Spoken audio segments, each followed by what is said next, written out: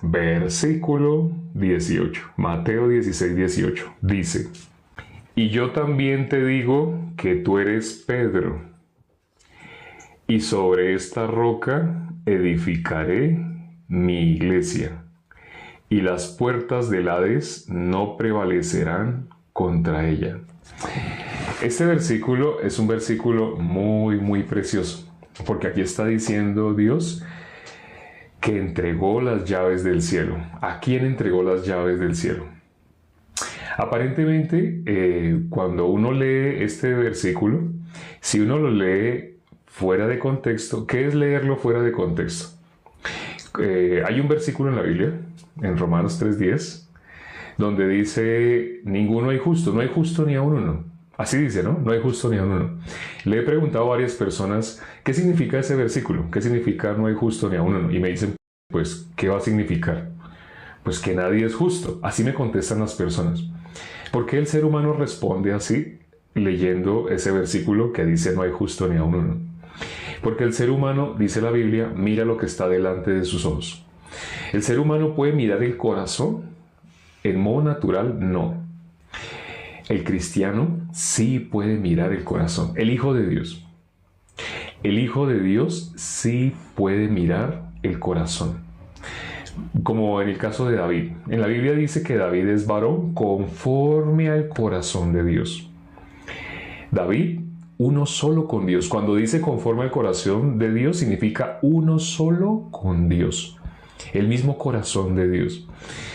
Entonces, cuando uno mira un versículo únicamente en sentido literal y únicamente ese versículo aparte, sacándolo aparte, eso es lo que se conoce como sacar un versículo fuera de contexto. Entonces, cuando la Biblia dice no hay justo ni a uno, si uno mira todo el capítulo, los versículos anteriores a ese, los versículos que están después de ese, se refiere a que nadie es justo por su propia fuerza, nadie es justo por sí mismo, nadie es justo por su capacidad o por sus méritos. De esa manera nadie alcanza la justicia de Dios. A eso es a lo que se refiere, no hay justo ni uno. En la Biblia aparecen más de 200 versículos que hablan de los justos. ¿Quiénes son los únicos que van a ir al reino de los cielos? ¿Los justos o los pecadores? Cuando miramos la Biblia, los pecadores no pueden entrar al reino de los cielos. El único justo, ¿quién es? Los únicos justos son los hijos de Dios. Los únicos que van al reino de los cielos son los justos, no los pecadores. Cuando una persona saca un versículo de contexto, se cierra su corazón a la posibilidad de la salvación. Lo mismo pasa con este versículo que acabamos de considerar el día de hoy. Tú eres Pedro, y sobre esta roca edificaré mi iglesia. Así, leamos textualmente el versículo. Dice: y yo también te digo que tú eres Pedro, y sobre esta roca edificaré mi iglesia, y las puertas del Hades no prevalecerán contra ella. Leamos el versículo siguiente. Dice: y a ti te daré las llaves del reino de los cielos, y todo lo que atares en la tierra será atado en los cielos, y todo lo que desatares en la tierra será desatado en los cielos. Cuando las personas leen este versículo o estos dos versículos que acabamos de considerar, las personas, sacando de contexto, dicen: a Pedro le dio las llaves del reino de los cielos. En la Biblia aparece exactamente a quién le dio las llaves. Pareciera que fuera a Pedro, pareciera que está hablando de Pedro. Cuando miramos el capítulo 18, dos capítulos más adelante, en el capítulo 18, el versículo 18 y 19, miremos qué dice. Versículo 18: de cierto os digo que todo lo que atéis en la tierra será atado en el cielo, y todo lo que desatéis en la tierra será desatado en el cielo. Otra vez está hablando de Pedro, porque a Pedro fue el que le dio las llaves. Así algunas personas podrían hablar sin conocer el corazón de Dios. Pero cuando leemos este versículo, si leemos unos versículos antes, ¿qué dice? Leamos el versículo anterior, el versículo 17. Si no los oyere a ellos, dilo a la iglesia. Y si no oyere a la iglesia, tenle por gentil y publicano. De cierto os digo que todo lo que atéis en la tierra. Aquí no le está hablando específicamente a Pedro. Aquí, ¿a quién le está hablando? A la iglesia. ¿A quién Dios entregó las llaves del reino de los cielos? a la iglesia. Cuando miramos, muy importante leer la Biblia en contexto. Muy importante no sacar versículos aparte. Las personas que sacan Romanos 3:10 de contexto, no hay justo ni aun uno, se cierran a la gracia, se cierran a la obra que hizo Dios para salvarles. Lo mismo pasa con este versículo donde dice, y tú eres Pedro, y yo también te digo que tú eres Pedro, y sobre esta roca edificaré mi iglesia. Cuando sacan ese versículo de contexto, dicen que Jesús edificó su iglesia sobre Pedro. Así han pensado.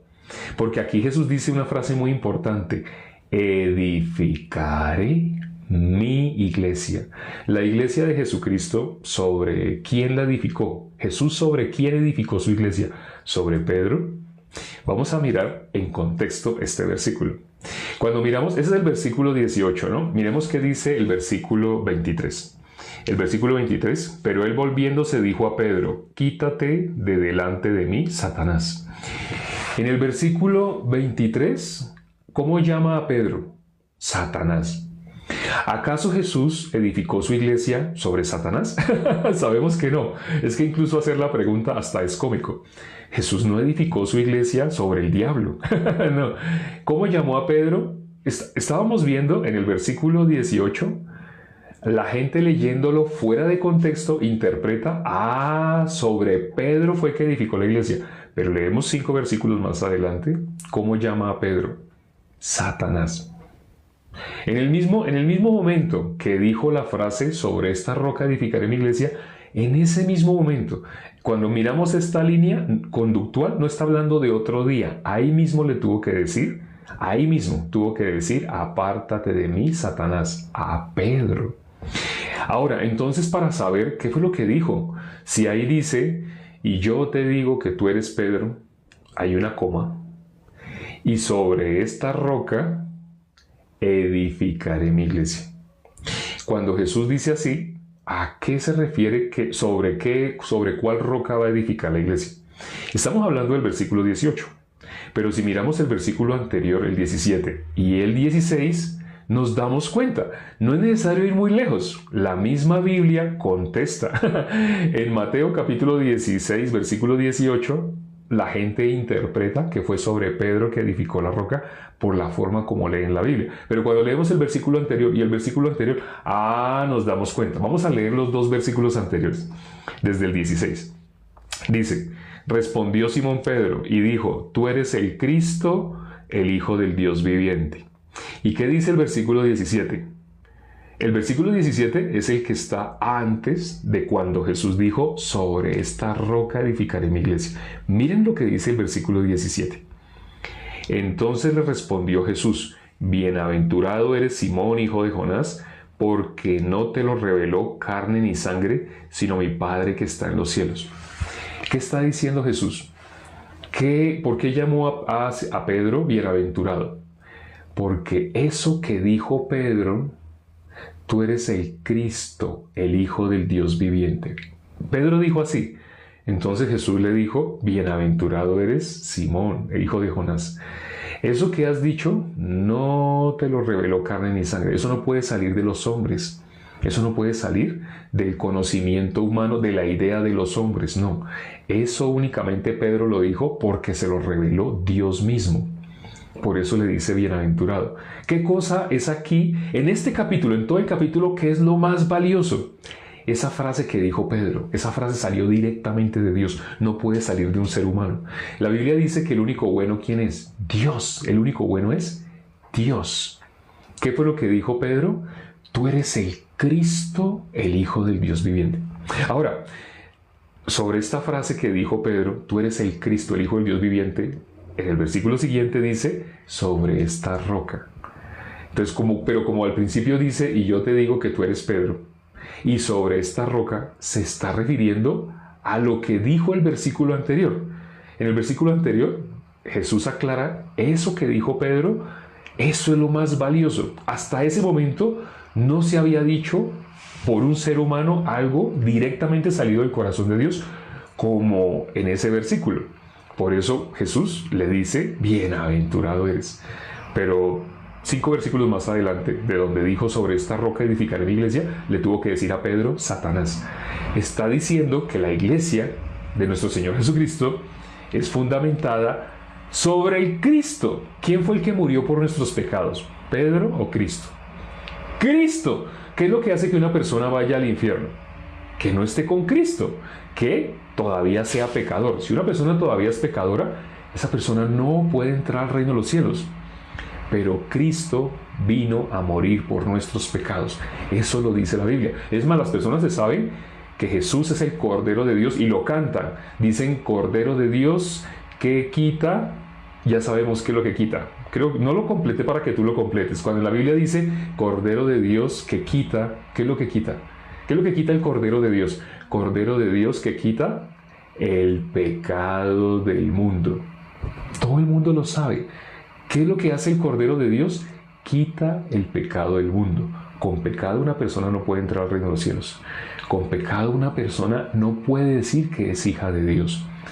Pero el Cristo, tú eres el Cristo, el Hijo del Dios viviente. Aquí venía el Cristo. Cristo es Mesías. Eso es Cristo. Cristo es Mesías. Sino que bueno, aquí se estaba hablando en griego. En el Antiguo Testamento no dice Cristo, sino dice Mesías. Pero cuando dice Cristo se refiere al Mesías. ¿A qué venía? A salvarnos, a hacernos libres. Y Jesús explica en Juan 8, versículo 34, de qué es que nos iba a hacer libres. Del pecado. La iglesia, ¿sobre qué está fundamentada? ¿Cuál es la base de la iglesia? Ser libre del pecado. Cuando digo ser libre del pecado, estoy diciendo Jesucristo. Eso es lo que significa. Jesús significa salvador de los pecados. ¿Cuál es el fundamento de la iglesia? Para que alguien diga que es miembro de la iglesia, esa persona fue libre del pecado. Eso es por eso tú eres el Cristo, el Hijo del Dios viviente. ¿Quién es Jesús? El Mesías, el que vino a hacernos libres del pecado. Esa es la roca sobre la cual Jesús edificó su iglesia. Espero que con el envío del día de hoy esto quede en tu corazón, no lo que tu pensamiento te dice en una lectura superficial de un versículo. No, tienes que leer los versículos anteriores y te das cuenta, pues ahí mismo dice a qué es que se refiere sobre esta roca edificaré mi iglesia. Cuando pasamos 2 capítulos, ¿a quién le entregó las llaves? Todo lo que atares en la tierra será atado en los cielos. Parece que a Pedro. No, cuando leemos 2 capítulos más adelante, a la iglesia. Ahí quienes estaban, sus discípulos, cuando dijo sobre esta roca edificaré mi iglesia, cuando dijo a ti entrego las llaves, cuando dijo todo lo que atéis en la tierra será atado en los cielos, ¿estaba hablando únicamente de Pedro? Está hablando de la iglesia. Espero que te quede claro lo que hemos considerado el día de hoy, para que no hagas lo que hacen muchas religiones, que han tergiversado sacando un versículo. ¿Qué es tergiversar la palabra? Sacarla de contexto. Ahí dice, no hay justo ni a uno. Solo los justos van al reino de los cielos. Vamos a orar ya para terminar. Padre, gracias por este tiempo que nos permites para considerar tu palabra. Permite que las personas que han visto este en vivo mediten sobre cuál es esa roca. En la palabra, en el Salmo 18, versículo 31, se aclara, ¿acaso hay otra roca fuera de Dios? No hay otra roca fuera de Dios. Cuando la Biblia habla de esa roca sobre la cual es edificada la iglesia, se está refiriendo a Cristo. Lo podemos ver al mirar en contexto. Solo al mirar 2 versículos antes de ese versículo que ha sido sacado de contexto, nos damos cuenta, se refiere a Cristo. La iglesia fue edificada sobre el perdón de los pecados. No puede haber iglesia si todavía las personas son pecadoras. Eso no es iglesia de Cristo. La iglesia de Cristo es la que ha alcanzado el perdón de los pecados. Por eso Jesús vino por los pecadores. Porque los únicos que pueden recibir el perdón de los pecados, los pecadores. ¿Quién necesita de médico? Sino los enfermos. La iglesia de Cristo eran los que necesitaban ser libres del pecado. Ten misericordia a todas las personas que han considerado estas palabras que se han compartido en estos pocos minutos, permite que puedan darse cuenta bíblicamente el corazón de Dios, no las letras sacadas de contexto, sino mirando qué es lo que Dios quiere transmitirnos. Te lo pedimos y hemos orado en el nombre de nuestro Señor Jesucristo. Amén. Gracias a Dios por el versículo del día de hoy. Espero que este video lo compartas con familiares, amigos que tienen una confusión